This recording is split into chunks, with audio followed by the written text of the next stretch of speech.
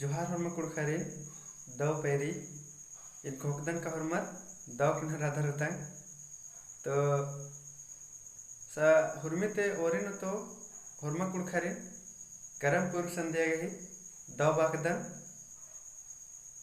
अरा घोकदन का हरमर दव किन्ह राधा रतांग तो नमः इन्ना मेंता रो नमः करम परब नु जे पलखंज यानी खीरा रात्रि आद इंद्र गही चिन्हा तली आदिन कमिट ननकी तेंगना गही चिहुटनन के इन घोकदन का हरमा कुड़खरे दिन का दव कुना खदर होता का इंद्र गही चिन्हा रात्रि हमला तो इदिन इंद्र नन के कमिट नना के तेंग के और दव लगो हले और भी कुड़ख संगी बगर गुसन शेर नन के और अपना अपना राय एकदम तेंगना गही चाण गुजर के हरमारिन दव उल्ला दव बाकदन